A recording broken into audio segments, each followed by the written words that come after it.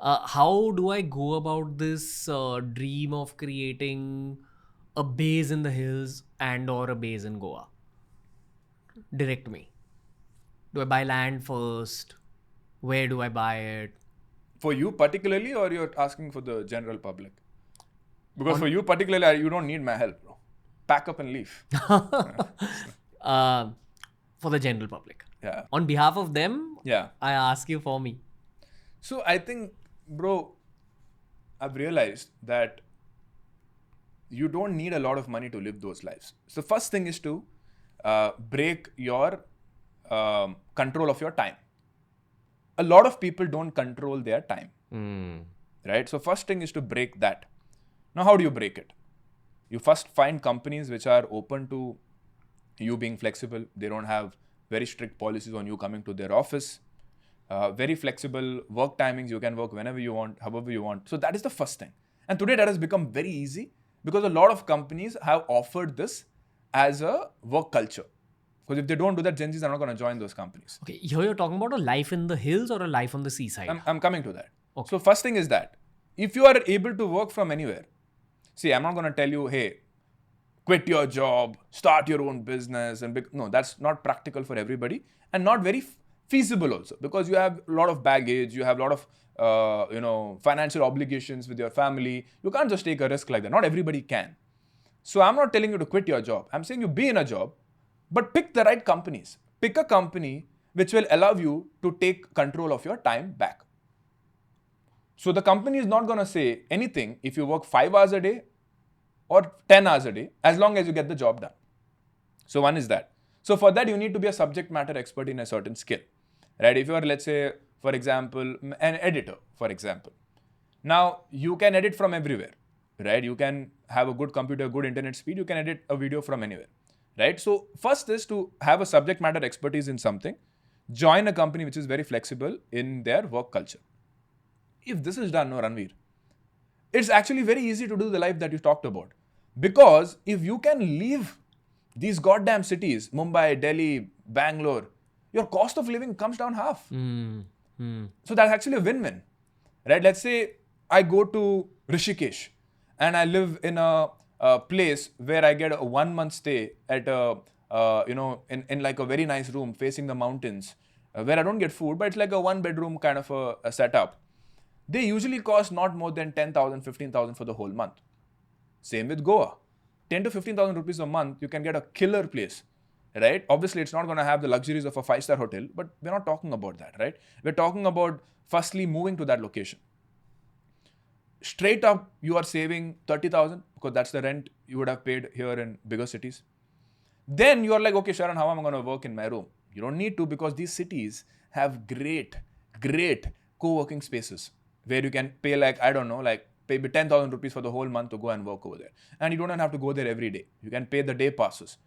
People are like, okay, you're going to be lonely, you're going to make friends. Go to these co-working spaces, become friends with other people who are living a life like you, right?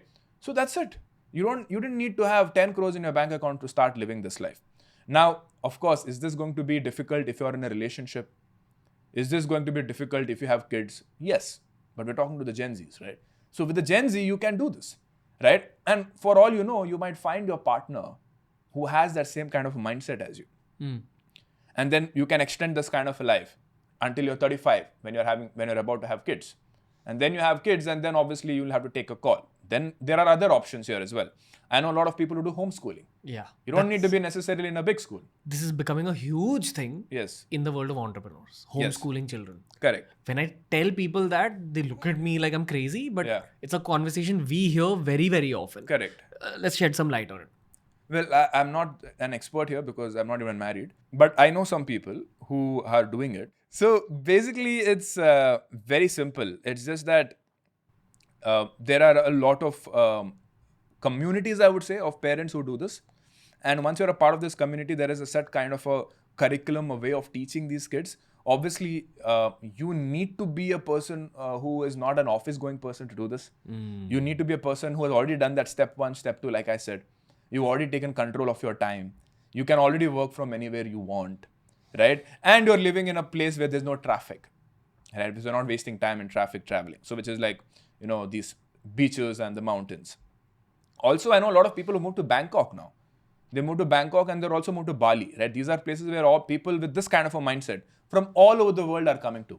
And they're not millionaires or even crorepattis. These are people who've just taken control of their time, can work from anywhere they want, and they moved here. Because once you do that, if you have control of your time, and if you can stay with your kids at home, you can start homeschooling them. Right now, I'm not an expert to say that this is the best thing to do. All I'm saying it is possible. So once, if you're able to take care of the homeschooling part, then you're sorted, right? Because then you never have to ever come to a big city. Because I honestly feel that these big cities, Mumbai, Bangalore, Delhi, had I not had an office here with 200 people, I would have been out of here 2 years back. Yeah, same. Right? That's the only reason I'm here is because I have 200 people working over here. They can't do what I can do. So I'm staying here for them. I believe I speak for Delhi, Bangalore as well. These are the 3 career cities of our country. Right. But I do believe that Gen Zs should look at these cities as stepping stones at this stage. These cities. Yeah. Right? Yeah, in the beginning, yes. You have to, because the jobs are only over there.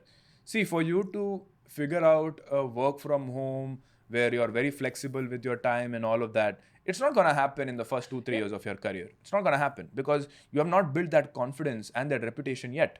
Yeah, you need education from these cities. Correct. Like if you're a fresher, I'm not going to give you work from home and work from Goa because I don't trust you. But if you have 3 years in your belt of working on multiple companies and I have a good reference check on you, if I talk to your manager, then go by all means go do it because you have built that trust. Yeah. So in the beginning, you come to a city, figure out those connections, but don't stay here for the rest of your life. Unless obviously things improve. But I don't think it's going to happen in the next 10 years for sure. Because we're already like neck deep in problems. It's going to take 10 years, if not more, to fix it and reverse it. You're talking about urban cities? Urban cities, yeah. I don't think in 10 years it's going to change. You know, they say that this whole metro line construction will change the city and the ring road will change the city. Maybe.